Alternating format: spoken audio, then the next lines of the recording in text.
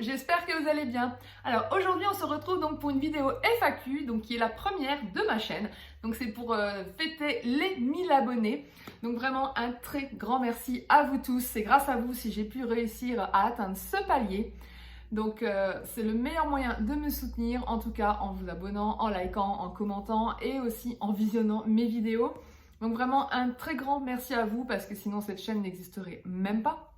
Du coup, j'ai décidé de lancer cette petite FAQ puisque c'est vrai que avant j'avais fait des tentatives mais j'avais pas beaucoup de questions. Donc je me suis dit bon bah c'est pas grave, c'est pas le bon moment tout simplement, ou peut-être que ça vous intéressait pas. Personnellement, moi j'aime bien ce genre de vidéos sur les chaînes des autres, mais c'est vrai pas tout le temps, de temps en temps, parce que j'aime beaucoup découvrir l'envers du décor sur les créateurs de contenu. J'aime bien savoir qui je suis, donc je pense que c'est votre cas aussi. Donc là je suis contente d'avoir pas mal de questions. Certains d'entre vous m'en ont même mis plusieurs. Et du coup j'ai de quoi faire pour vous faire une belle vidéo FAQ. Bon bah c'est parti. Alors la première question, c'est comment vas-tu depuis cet été? Tu trouves ton rythme? Alors pour ceux qui ne le savent pas, en fait j'ai fait un burn-out au mois de juin quand j'ai ouvert ma société, parce que j'avais tellement cravaché pendant des mois et des mois sans pause que au départ je ne voyais pas le danger, et finalement quand j'ai rencontré la première difficulté de devenir entrepreneur, qui était de trouver des clients, et ça m'a complètement démoralisée et j'ai complètement craqué. Donc je suis partie en burn-out complètement. Cet été, je me suis beaucoup reposée, je me suis concentrée sur la création de contenu puisque c'est ce que j'aime faire le plus, et ça m'a fait beaucoup de bien. Bon, à part la canicule qui, elle, clairement m'a pas fait du bien, mais je suis revenue en septembre où j'ai eu un rythme de nouveau beaucoup plus soutenu et où j'ai recraqué à nouveau moralement. Je me suis rendu compte que le burn-out était toujours présent en fait, puisque le problème en soi n'était pas réglé, le problème de fond.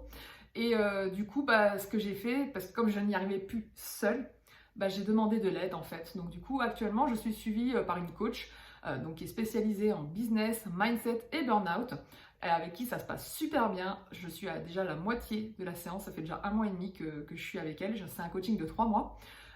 Vraiment, ça me fait beaucoup de bien, mais mon moral est toujours comme les montagnes russes, hein. Ça monte, ça descend, c'est très aléatoire.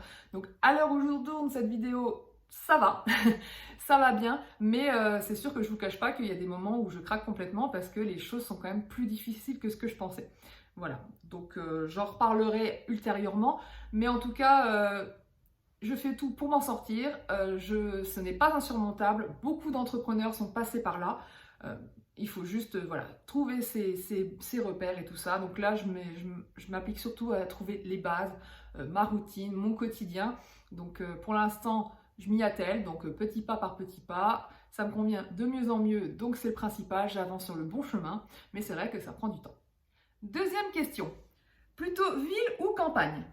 Alors là, très bonne question. Ville, sans hésiter. Pourquoi? Parce que en ville, on trouve tout ce dont on a besoin, alors qu'en campagne, il faut faire des kilomètres pour avoir ce qu'on veut. Déjà, ça c'est une raison principale. Maintenant, je mettrai quand même un petit bémol entre ville et campagne, dans le sens où pour moi, ce sont deux choses, c'est deux extrêmes. Moi, la ville que j'aime, c'est comme la ville là où je vis. C'est-à-dire que je suis pas très loin de la grande ville. La mienne est plus petite, mais je suis pas très loin de la grande si besoin.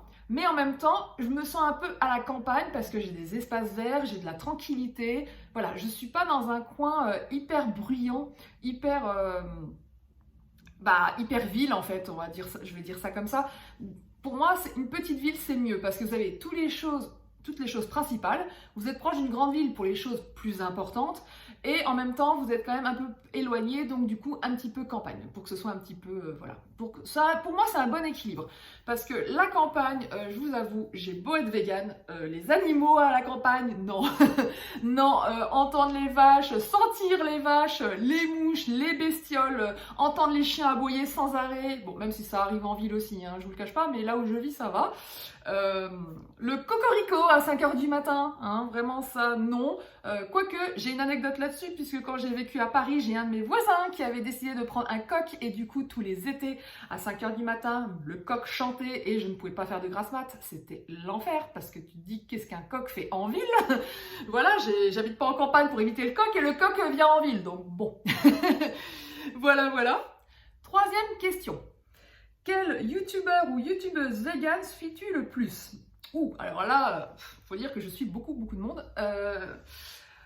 J'en ai répertorié 5 que je suis. Je vais vous les mettre dans l'ordre. Alors, le numéro 1, c'est Lloyd Lang.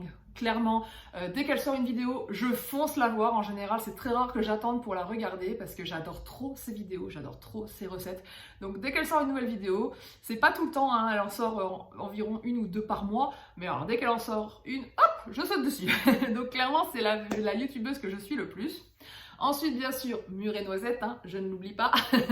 Même si j'ai pas mal de retard dans ces vidéos dernièrement, donc j'essaie de privilégier quand il y a vraiment une vidéo qui m'attire, donc du coup je la regarde tout de suite, mais il y en a d'autres que j'ai mis à regarder plus tard parce que malheureusement j'ai plus de mal en ce moment à regarder les contenus des autres.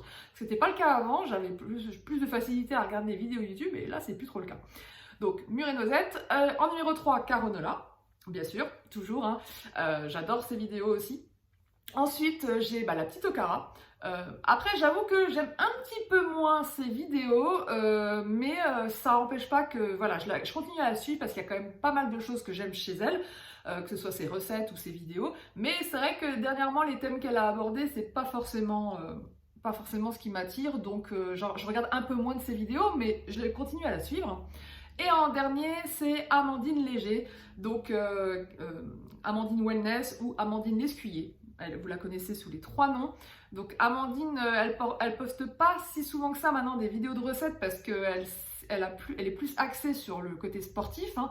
Donc, mais ça m'intéresse toujours, elle a quand même de très bons sujets, donc voilà, ça s'alterne. Mais comme elle est végane aussi, donc c'est aussi pour ça que je la suis, donc puisque c'est aussi pour voir le côté équilibre avec le sport. Donc voilà, donc ce sont les 5 que je suis, mais vraiment ceux que je suis le plus, hein, si on fait le top 3, donc c'est Lloyd Lang, Murée Noisette et Caronola. Alors sinon, j'aurais pu rajouter aussi Alice Esmeralda, que j'adore ses vidéos, mais malheureusement, Alice sort très rarement maintenant des vidéos, c'est relativement rare. Donc je ne l'ai pas mis dans ce top, mais je suis toujours abonnée à sa chaîne, et bien sûr, quand elle sort une vidéo, pareil, je saute dessus dès qu'elle en sort une. Mais c'est vrai que je ne l'ai pas rajouté parce qu'il n'y a pas d'actualité en ce moment, mais déjà tout le contenu qu'elle a sorti ces dernières années, franchement, si vous ne connaissez pas sa chaîne YouTube, je vous la conseille également, puisque forcément, vous avez des pépites sur son compte. Question numéro 4. Si tu devais garder que 5 aliments, et là j'ai envie de vous dire, pourquoi vous êtes méchants? 5 aliments, oh là là, c'est très dur. Franchement, très dur de choisir. Alors j'ai dû y réfléchir en avance à cette question, donc c'est pour ça que j'ai noté les aliments donc sur mon iPad là, parce que j'ai dû franchement y réfléchir. Si vraiment je devais retenir que 5 aliments, mais c'est pas avec ça que je pourrais vraiment me nourrir, mais bon, parce que j'ai voulu essayer de trouver au départ 5 aliments sucrés, 5 aliments salés, mais ça correspond pas trop à la question, c'est vraiment 5 aliments point. Donc je vais vous dire vraiment les 5 aliments que je ne peux pas me passer, mais après ça veut pas dire que je pourrais m'alimenter qu'avec ces 5 aliments, hein, qu'on soit d'accord. Donc en numéro 1, le chocolat. Bon ça, si vous me suivez depuis un moment sur la chaîne, hein, vous savez à quel point je suis gourmande, donc je ne peux pas me passer du chocolat. Ensuite, de l'avoine, hein, que ce soit les flocons d'avoine ou la farine d'avoine, hein, j'en consomme tout le temps, tous les jours, c'est au quotidien. Le beurre de cacahuète, évidemment, hein, c'est un de mes toppings préférés et que je mets dans très souvent mes petits déjeuners, mais aussi dans mes recettes sucrées. Donc voilà, sans hésiter, beurre de cacahuète. Ensuite, j'ai noté donc les spaghettis. Parce qu'au départ j'avais mis pâtes, mais c'est vrai que si je dois choisir un type de pâtes, c'est les spaghettis prioritairement. Et sinon, en dernier aliment, j'ai noté les chunks de Eura ou les aiguillettes de Happy Pour moi, c'est quasiment la même chose. Ils sont tout aussi bons. Parce que clairement, ça c'est le simili que je consomme le plus parce que j'adorais le poulet déjà à l'époque, mais là je trouve que les aiguillettes chèvre sont encore meilleures que le vrai poulet en fait. Donc du coup, ça c'est vrai que c'est un aliment dont j'aurais beaucoup de mal à me passer. Donc si vraiment je devais retenir que 5 aliments, ça serait ces 5-là. 5e question, et là on revient un peu à la 4e question, c'est un peu la même chose. Si tu ne devais garder qu'une seule recette, laquelle ce serait, plutôt sucrée ou salée? Alors là, encore une fois, trop dur de choisir, clairement. J'ai tellement de recettes que j'adore que franchement, faire un choix, c'est hyper dur. Mais j'ai essayé de relever le défi. Donc du coup, je vais vous dire une recette sucrée et une recette salée dont je ne peux pas me passer. Si je devais vraiment choisir entre les deux, pareil, mon cœur balance, mais si je dois être honnête avec moi-même, j'ai quand même plus tendance à aller vers le sucré que le salé. Donc, ce serait une recette sucrée. Et donc, j'ai mis le mug cake au chocolat de Jean-Philippe. Parce que clairement, cette recette, c'est celle que je fais le plus souvent. Pourquoi? Parce que vous avez un gâteau au chocolat en 2 minutes chrono au micro-ondes. Et ça, c'est clairement le pied, quoi. Vous avez envie d'un gâteau. Voilà, cette recette est parfaite. Elle est trop bonne. Voilà, il n'y a rien d'autre à dire de plus. Donc c'est vrai que c'est super pour... voilà, si je devais vraiment garder qu'une seule recette, je dirais celle-là. Pour le côté simple, le côté gourmand et voilà, tout simplement. Et au niveau du salé, pareil, j'ai réfléchi à pas mal de choses. Mais bon, pareil, si je suis honnête avec moi-même, la chose qui revient le plus souvent quand même, c'est le burger. Je suis folle de burgers, j'adore les burgers. Donc un bon burger frites. Après, quel type de burger? Alors là, en plus, en ce moment, j'arrête pas de faire des types de recettes différentes pour essayer de trouver encore un meilleur burger. D'ailleurs, j'en ai goûté un avec les suprêmes panés de Eurafood, là, qui sont tout nouveaux. Oh, on dirait vraiment un filet de poulet. Donc, ça vous fait un chicken burger, mais à tomber. Vraiment super bon. Et avec le bacon la vie dessus, là. Oh là là, c'était vraiment une tuerie.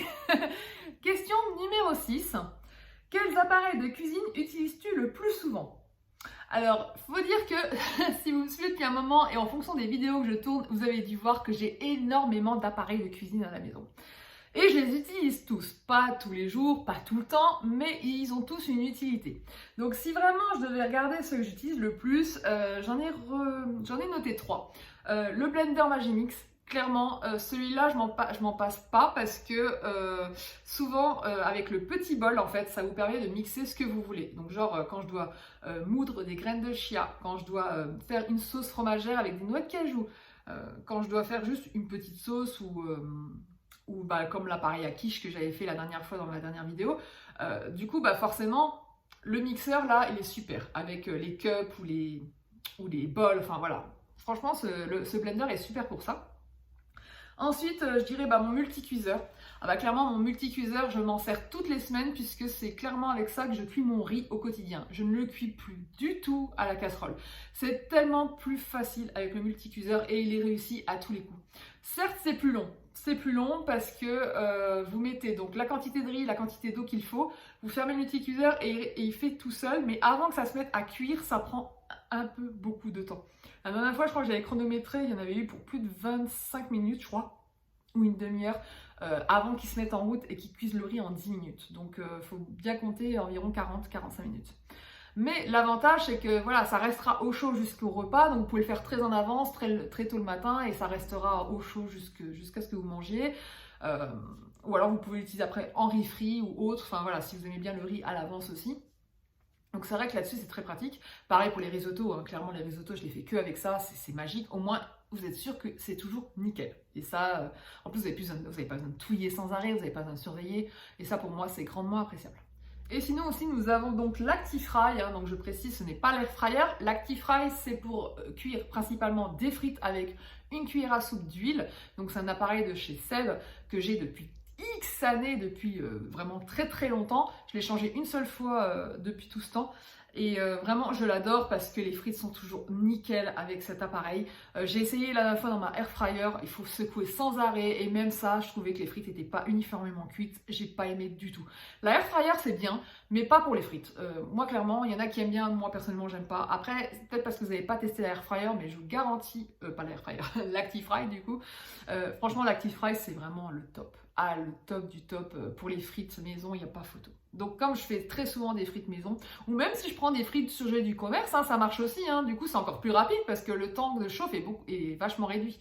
Donc ce que des frites maison font coûter entre 30 et 40 minutes, ça dépend de l'épaisseur de vos frites. Moi, j'essaie de ne pas les faire trop épaisses pour justement qu'en 30 minutes, ce soit cuit. Et sinon, quand ça vient du commerce, en un quart d'heure, 20 minutes grand max, c'est cuit, quoi. Parce que c'est pré-cuit en tant que surgelé. Donc c'est nickel. Question numéro 7.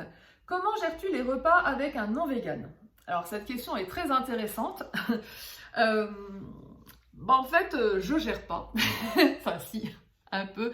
Dans le sens où j'essaie d'éviter ces situations. Tout simplement parce que ça me met mal à l'aise, je suis pas bien. J'ai pas envie de me prendre la tête. En fait, j'ai envie qu'on me laisse tranquille. Donc ce qui fait que je cherche pas le conflit ou la difficulté. Ou voilà. J'essaie de faire au plus simple en fonction de la personne que j'ai en face de moi. Donc je vais vous donner 3 cas de figure principaux que je rencontre. Ma maman, maintenant que ça fait plus de 2 ans que je suis végane, donc ma maman a validé que je suis végane. Hein. Au début, elle pensait que c'était une passade et là, elle a bien vu que ce n'est pas le cas. Donc ce qui fait que quand je vais chez ma maman, maintenant, en général, elle a toujours un produit végane dans ses placards. Donc ça fait super plaisir parce que je sais que quoi qu'il arrive, j'aurai quelque chose à manger. Bon, après, c'est pas forcément quelque chose que j'ai envie de manger, donc souvent, je ramène mon plat. Ou j'achète sur place parce que comme il y a mon magasin bio préféré là-bas, ils ont souvent des repas tout prêts, donc du coup des fois j'achète sur place directement. Mais sinon en général, voilà, il y a toujours au moins un burger qui m'attend chez ma maman et ça c'est plus qu'appréciable. Ensuite mes amis, alors mes amis proches, ma meilleure amie, elle j'ai jamais eu de soucis, au contraire elle me fait tout le temps des repas véganes quand je vais chez elle. J'ai jamais eu besoin d'apporter quoi que ce soit. Bon, à chaque fois, j'essaie quand même d'apporter le dessert parce que j'aime pas arriver les mains vides.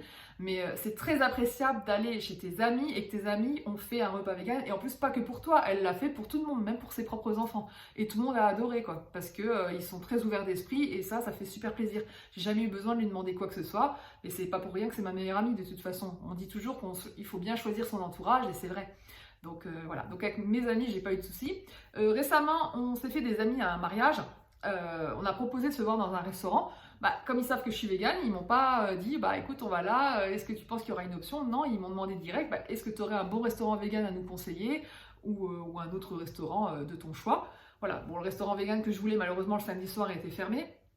Mais du coup, ce qu'on a fait, c'est que je dis, écoute, si tu veux, je te propose tel restaurant, il y a des options véganes, donc du coup, et puis vous pouvez très bien ne pas manger vegan si vous le souhaitez, donc au moins comme ça ne vous impose rien. Et comme ils n'avaient jamais goûté, c'est quand j'ai été à Pukawa la dernière fois, donc voilà, tout le monde était content, tout le monde a adoré son repas, donc voilà, ça satisfait tout le monde.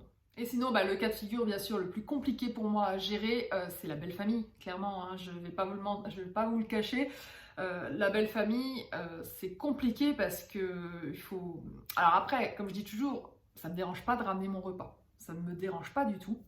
C'est juste que à chaque fois, je voulais ramener quelque chose, un petit dessert, quelque chose, pour qu'ils puissent goûter. Et ils n'ont jamais voulu que je ramène mon dessert. Donc ça a été pas évident au début. Sauf que mon mari, à un moment, comme il a bien vu que ça me faisait quand même quelque chose, quand on a fêté son anniversaire cette année, il a demandé à ce que ce soit moi qui fasse le gâteau d'anniversaire. Et pas ses grands-parents ou sa sœur ou autre, et qu'ils n'achètent rien dans le commerce. C'était à moi de faire le gâteau. Donc il avait voulu que je lui fasse le gâteau aux pommes de Marie Laforêt, qu'il adore. Et du coup, je lui ai fait ça, et j'ai ramené ça pour tout le monde. Ce qui fait que tout le monde n'avait pas le choix, c'était le gâteau d'anniversaire. Et en fait, ils ont été hyper impressionnés parce qu'ils ne pensaient pas que c'était bon, et ils ont dit comment c'est possible sans œufs, sans... les questions habituelles, hein, sans œufs, sans beurre, sans lait, etc. Donc j'ai dit, vous savez, on peut tout remplacer, il n'y a pas de souci et tout. Bon. Et depuis ce jour, à chaque fois que je ramène un dessert, maintenant, ils ne prévoient plus de dessert, ils mangent mon dessert. Et ça fait plaisir. Bon, au niveau du repas, il y a encore, des petites choses, mais bon, ils sont âgés, je ne vais pas leur demander de changer. C'est juste que j'avoue que ça m'agace de répéter sans arrêt parce qu'on me propose toujours quelque chose et je leur dis, non, il y a de la viande dedans. Et voilà, genre des haricots au lardon, pour eux, c'est pas de la viande, quoi. Et si, il y a des lardons, c'est de la viande. Et ça, c'est malheureusement ce qu'on rencontre très souvent. Les gens ne savent même plus ce qu'ils mangent, en fait. Quand on leur dit c'est de la viande, non, c'est de la volaille. Hein. Vous avez dû tous voir cette fameuse vidéo qui a été tournée partout, là, qui m'avait fait halluciner. La meuf qui était végétarienne et qui dit comme quoi elle est végétarienne, mais elle mange que du poulet. Et que pour elle, le poulet, c'est pas de la viande. Ouais, bref. Donc c'est comme le lardon, la charcuterie, tout ça, il y en a, ils disent c'est pas de la viande. Si, tu crois qu'il vient d'où Enfin bon, bref. C'est un autre débat. Mais voilà, à part les repas où du coup je ramène à chaque fois parce que sinon je sais qu'elle veut essayer de faire des efforts, genre quand elle veut cuire des légumes, elle me demande tu veux que je les mette à part parce que eux ils utilisent du beurre en fait pour cuire. Ils n'ont pas de margarine et ils n'utilisent pas d'huile. Donc du coup, je dis non, ou même la salade utilise une salade vinaigrette du commerce et souvent il y a du lait dedans. Donc même les légumes en fait, je peux pas en manger chez eux en général. Donc c'est vrai que c'est très problématique. Et du coup, maintenant, elle se met à me demander, elle me dit si tu veux, je mets un truc à part et tout. Sauf que ça l'oblige à séparer la poêle. Et pour juste que je mange des légumes seuls, parce qu'en plus il n'y a que ça, je veux dire, ils sont juste cuisinés un peu dans l'huile d'olive et c'est tout quoi. Il n'y a pas d'épices, il n'y a rien, il n'y a pas de compléments. Voilà, je vais pas lui demander de faire. Donc c'est appréciable l'effort, je dis pas, je l'ai remercié, mais ça sert à rien qu'elle me fasse ça puisque c'est pas ça qui va me nourrir. Donc autant que je ramène mon repas normal, qu'il fasse normalement et voilà. Et au moins il mange mon dessert et ça déjà c'est un très gros plus et ça me fait super plaisir. Donc c'est déjà un gros point en avant. Maintenant bien sûr j'espère qu'à terme, une fois je pourrai ramener le repas intégral et qu'ils pourront tous manger. Mais ça à mon avis je vais encore galérer, mais bon. Donc ce qui fait que j'ai pas vraiment de conseils à donner pour subir ça. Ça dépend aussi de votre manière d'être et de réagir. Moi, je sais que c'est pas toujours évident. C'est pour ça que j'apprécie pas forcément d'y aller tout le temps. Parce que il y a toujours quand même des remarques ou des choses comme ça. Et je veux dire, à un moment donné, ça saoule, quoi. Je veux dire, vous avez beau savoir que vous savez, vous allez. C'est mitigé, je sais jamais comment réagir, je sais jamais comment ça va se passer, et moi le week-end j'ai envie de passer du bon temps, j'ai pas envie de stresser ou d'être pas bien. Donc limite je préfère, bon après c'est parce que c'est les grands-parents de mon chéri, donc forcément je ne peux pas dire on va pas y aller. Forcément, il faut faire des efforts aussi, des compromis. Mais c'est sûr qu'à choisir, dans ce cas-là, je préférais ne pas y aller et être tranquille en fait. Donc moi je suis plus dans le côté drastique, c'est-à-dire que si on m'embête ou autre, ah bah écoute tu veux pas, bon bah tant pis, et puis c'est tout quoi. Je veux dire, je vais pas m'embêter. J'ai plus envie de me battre en fait. À l'heure d'aujourd'hui, on se bat pour tellement de trucs dans la société, il y a tellement de trucs qui ne vont pas que j'en ai un peu marre en fait. Et ça, c'est vraiment depuis le Covid en fait que j'ai eu un gros ras-le-bol en fait et que maintenant j'ai envie de faire ce qui me plaît moi. Alors c'est peut-être égoïste, certes, mais je me suis rendu compte que c'était mieux pour ma santé mentale. Donc voilà, moi je me fais du bien à moi parce que c'est quand même toi qui est le plus important. Tu dois être bien dans ta tête et dans ton corps et dans tout ce qu'il faut. Question numéro 8. Comment organises-tu ta création de contenu? Ah ah, il y a des petits curieux. Alors après, création de contenu, ça dépend. Est-ce que c'est pour YouTube? Est-ce que c'est pour Instagram? Est-ce que voilà. Donc je vais essayer de résumer un peu. Donc là, j'ai noté parce que sinon je vais vous faire un truc qui va durer 3 plombes. La première chose, déjà j'organise tout dans mon template Notion. J'ai un template Notion que je me suis offert et qui est la boîte de prod. Et dedans, vous avez tout, mais vraiment tout, que ce soit les idées, ce qui est en cours de production, où ça en est, etc., etc. Genre la vidéo là, elle est actuellement en tournage au moment où je vous parle. Tout est vraiment noté, catégorisé, etc. Donc super, franchement c'est super pratique. Après, globalement pour YouTube par exemple, comment je m'organise? J'alterne tout simplement avec les thèmes que vous adorez. Donc une journée, une semaine dans mon assiette, les retours de course et désormais les défis budget. Je sais que vous appréciez beaucoup ce format. Donc j'essaie d'alterner ça. Après, si entre temps, quand je vous pose des questions, vous me proposez d'autres idées de recettes, je les intègre également. Mais c'est vrai que j'essaie de rester sur une routine de choses qui vous plaisent et de renouveler à chaque fois les recettes et tout ça. Donc pour essayer de trouver des idées, parce que c'est vrai que trouver des idées en création de contenu, je trouve que c'est le plus difficile. Il y en a qui arrivent très facilement, moi je trouve que c'est plus difficile. Parce que vu que beaucoup de monde fait ça, surtout même en vegan, beaucoup de véganes maintenant proposent leurs recettes et tout, sortir du lot, je trouve que c'est pas évident en fait. Donc après on a chacun notre personnalité, notre manière d'être, mais mine de rien c'est quand même plus compliqué. Donc voilà, en gros.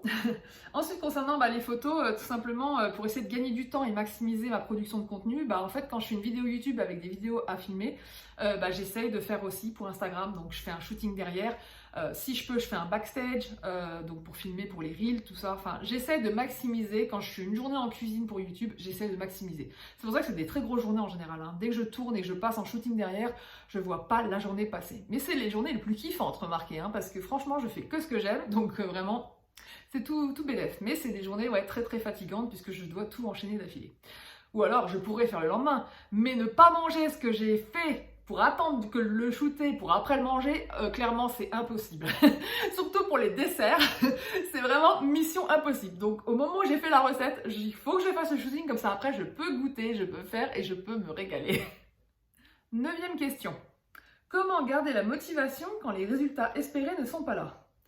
Oui, alors là, c'est tout un problème, hein, puisque je le vois actuellement en coaching avec ma coach, puisque c'est un problème majeur, clairement. Déjà, rien que pour la photo, c'est un gros problème pour moi, puisque pour l'instant, mon activité ne décolle toujours pas. Donc c'est vrai que c'est très problématique. Donc trouver la motivation. Alors j'aime ce que je fais, hein, j'adore ce que je fais, mais c'est sûr que quand on fait que du gratuit et que vous n'êtes pas rémunéré, à un moment donné, voilà, la motivation, elle a beau être là, elle a du mal après, hein, faut dire ce qui est. Donc c'est vrai que c'est pas toujours évident. Donc là-dessus, on y travaille. Et pour YouTube, bah, en fait, quand mes vidéos ne fonctionnent pas ou que ou pour une raison X ou Y, hein, bah écoutez, déjà moi j'ai plaisir à tourner ces vidéos. Donc déjà c'est pas un problème pour moi, j'ai toujours la motivation. Mais ce qui me motive vraiment le plus, bah, c'est quand j'ai les commentaires de mes abonnés fans, parce que j'en ai pas mal d'entre vous qui sont vraiment des fans, qui sont là à chaque fois et qui commentent à chaque fois mes vidéos, hein, je vous reconnais bien et je vous apprécie grandement parce qu'on discute bien, franchement vous êtes super sympa, voilà, je vous adore. Les autres aussi, hein, je précise, hein, mais c'est vrai que j'ai remarqué quand même que j'ai une petite communauté qui me suit au quotidien, tout le temps, même sur Instagram. Donc c'est vrai que juste pour un message, voilà, il suffit qu'il y a un seul commentaire sur ma vidéo qui me remercie pour la vidéo, qui me dit que bah, ils ont adoré mes recettes parce qu'ils les ont testées. Donc déjà, tester mes recettes, c'est franchement le Graal parce que vous vous dites, ah, quelqu'un a pris le temps de tester mes recettes, c'est super. Rien que ça remonte la motivation, ça me redit pourquoi je fais ça. À la base, quand j'ai créé ma chaîne YouTube, c'était pour montrer que le végétal était bon, que c'était possible et que c'était aussi pour casser les clichés habituels. Et du coup, voir que même si c'est une ou deux personnes ou 10 personnes, je m'en moque, le simple fait que j'ai réussi à toucher une personne derrière cet écran, je me dis, bah, ça vaut tout l'or du monde en fait. Donc c'est ça qui me permet de garder la motivation. En tout cas pour YouTube, malgré que pendant 2 ans et demi, je n'ai pas été rémunérée par YouTube. Comme vous le savez, je n'étais pas monétisée. Voilà. Pour la photo, c'est plus compliqué. C'est plus compliqué, même si on me fait quand même des super retours sur mes photos, qu'on me dit qu'elles sont belles et tout ça.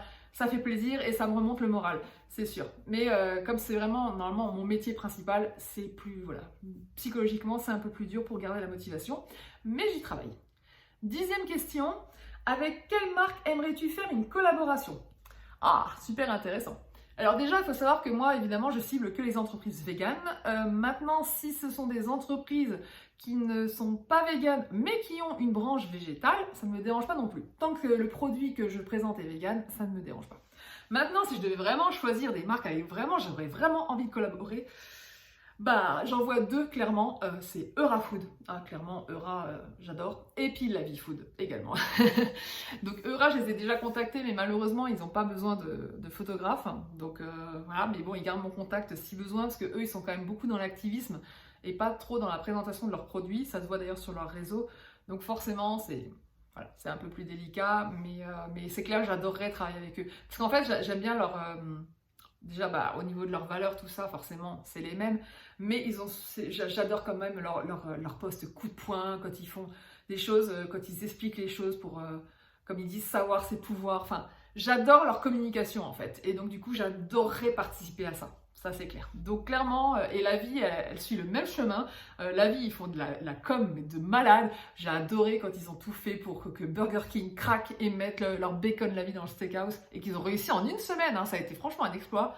J'ai kiffé, franchement, j'adore. Parce que c'est tout à fait dans mes valeurs, dans ma manière d'être aussi. Et si je pouvais les aider là-dedans, franchement, je serais heureuse. Donc, clairement, les 2 marques que j'adorerais travailler, c'est les 2 là. Maintenant, il y a plein d'autres marques que j'adore aussi, avec qui j'aimerais travailler. Mais c'est vrai que si je devais vraiment en choisir qu'une ou 2, bah, ce serait les 2 là. Question numéro 11. Quels sont tes prochains objectifs? Alors, maintenant que la monétisation YouTube est enfin obtenue, mon prochain objectif, c'était de créer un e-book de recettes. C'est un projet que j'ai depuis le début de l'année. À la base, je voulais le sortir à la fin de l'année, mais je me suis rendu compte que c'est pas possible. Il y a beaucoup trop de travail pour ça. Et avec ce que je suis en train de faire, vu que je m'attendais pas à faire un burn-out, que du coup je fasse un suivi avec une coach qui me prend du temps, parce que je dois revoir pas mal de choses. Finalement, j'aurais pas le temps, mais c'est un projet que j'ai pour 2023 en tout cas et que j'aimerais beaucoup sortir parce que l'idée de sortir un e-book de recettes, déjà, je trouve que c'est le Graal. Alors en plus, avec mes propres photos de photographe, je trouve que c'est encore plus le Graal. Et clairement, c'est un projet qui m'intéresse et d'ailleurs, je compte bien vous sonder pour savoir quel type de e-book pourrait vous plaire quand je commencerai officiellement le projet pour justement voir le thème que je vais choisir, vers quoi je vais me diriger pour les recettes, etc. Donc restez bien attentifs, j'aurai besoin de vous à un moment donné. Maintenant, si vous avez déjà des idées, vous pouvez déjà me les mettre en commentaire, je serai ravie de vous lire. Et sinon, en autre objectif, revoir tout ce qui est prospection, puisque comme je vous l'ai expliqué, pour trouver des clients est très problématique pour moi et il y a clairement quelque chose qui ne va pas. C'est ce que je travaille actuellement avec ma coach, c'est qu'on doit revoir d'ailleurs la semaine prochaine. Donc les prochains objectifs, ça va être ça, c'est revoir vraiment la prospection client pour pouvoir trouver des clients. Voilà, donc oui, parce que sans clients, pas d'argent, pas d'argent, pas d'argent. Voilà, donc parce que même si je suis monétisée par YouTube, je sais bien que ça va pas être des 1000 et des 100, donc c'est pas ça qui va me faire vivre.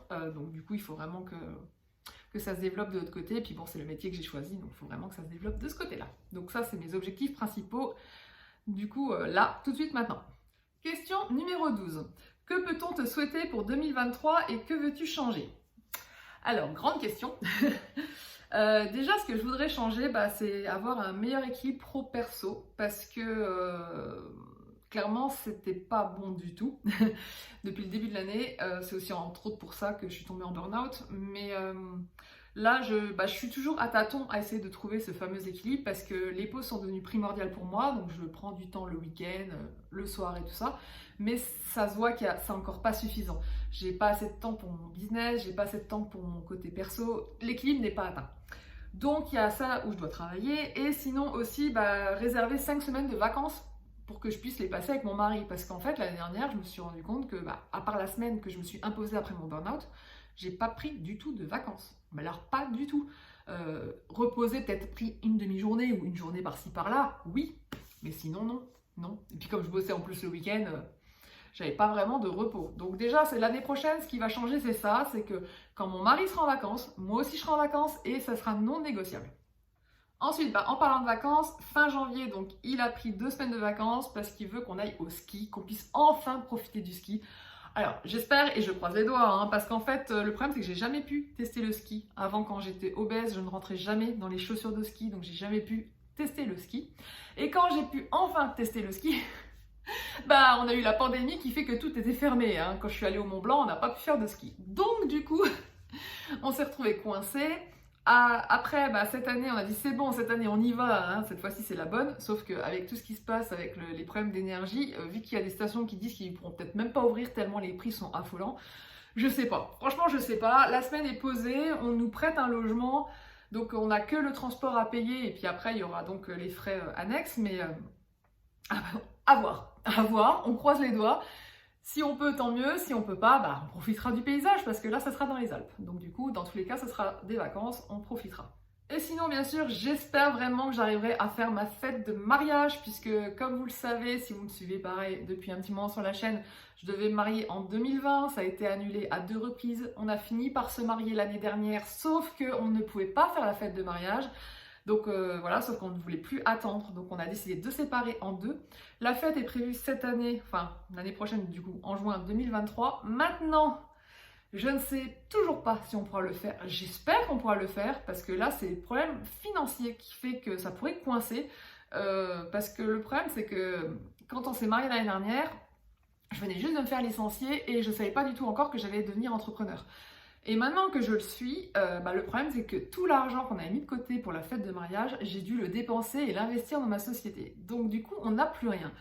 Et là, à l'heure actuelle, je n'arrive pas à mettre de l'argent de côté puisque je ne gagne pas d'argent pour l'instant, donc pour mon métier. Donc ce qui fait que c'est problématique. On essaye de trouver des solutions et tout, mais voilà, à part faire des restrictions d'achat, on n'a pas trop de choix, surtout que tout augmente, donc c'est pour ça que je vous dis que c'est compliqué. Mais on a bon espoir que on puisse y arriver, donc on verra bien. Donc si vous voulez me souhaiter quelque chose, c'est que je puisse réussir à faire ma fête. Mais voilà, ça va dépendre des choses. C'est pareil, partir en vraie lune de miel, parce que quand on est parti en lune de miel l'année dernière, on est parti dans les Pyrénées, mais c'était juste pour fêter le coup en fait, pour fêter ça. Mais à la base, on devait partir à l'étranger, parce que pareil, on n'a jamais pris l'avion avec mon mari, jamais. Donc on aurait bien voulu au moins une fois partir à l'étranger. Et donc on avait choisi la Grèce et ça nous bottait grave. Et du coup là pareil, on ne pourra pas faire notre lune de miel. Donc c'était aussi en projet. Donc là je sais pas sûr si on arrive à faire la fête, ça m'étonnerait qu'on puisse faire la lune de miel derrière.